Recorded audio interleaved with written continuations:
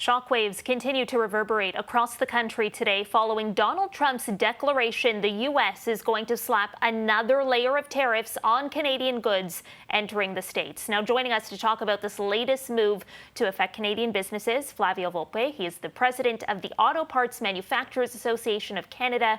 Flavio, thanks so much for joining us. Thanks for having me. Okay, well, the threat from the U.S. has already on your industry impacted production, led to layoffs, the pausing of investments here at sites in Ontario. So I wonder, what do you make of this latest escalation, which really seems to have come out of nowhere? Yeah, it really does appear to have come out of nowhere. Of course, Canada and the U.S. are working towards a July 21st deadline for a trade deal.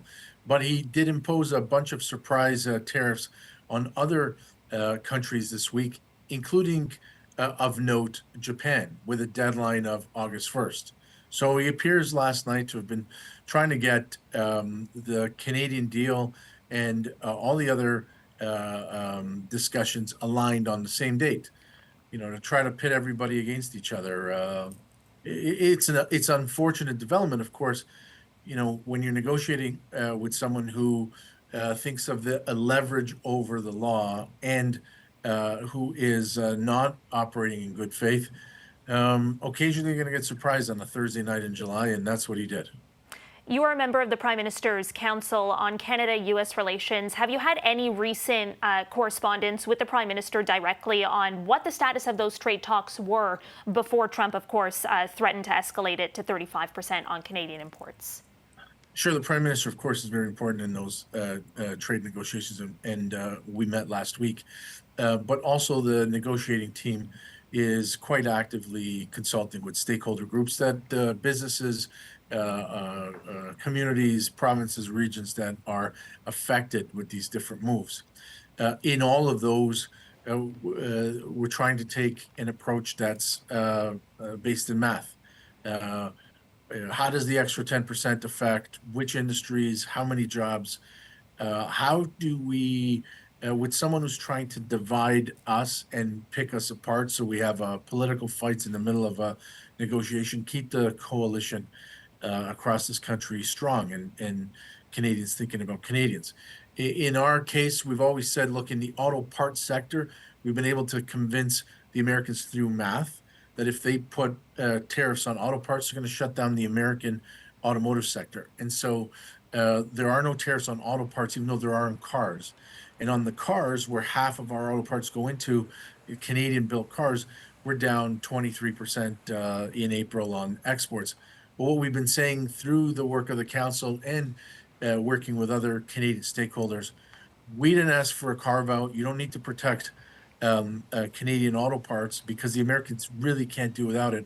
Let's use some of that limited Canadian leverage to help others, whether those are canola farmers or whether that's the aluminum industry and the steel industry, fisheries or otherwise. We haven't seen a negotiation like this because it's not based in law. It's not part of the USMCA schedule with formal negotiating teams. It's the whim of someone who's, in essence, running a protection racket and trying to get as much out of bullying other countries and other industries.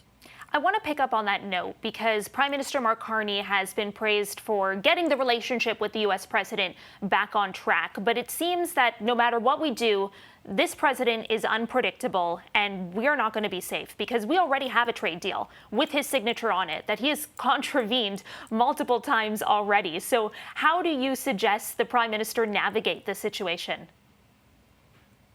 Well, look, first of all, he's better at this than I am.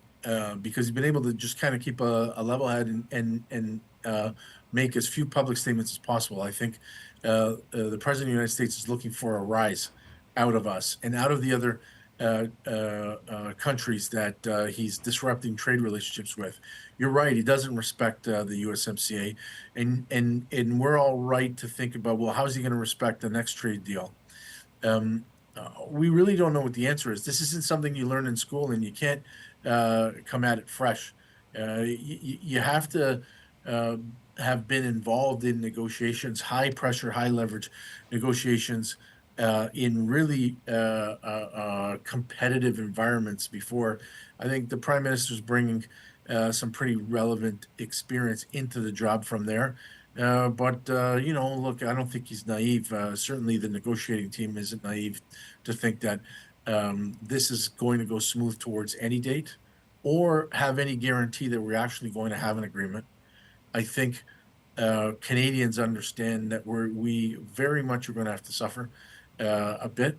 Um, uh, uh, but if what we're doing is in a thoughtful deal, protect our sovereignty and our economic sovereignty, uh, and find new ways to unlock some of the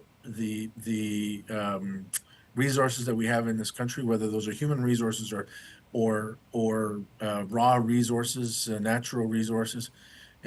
We've got to learn from this that we should never trust them again, even if we're going to trade with them, and we've got to find new ways to move forward.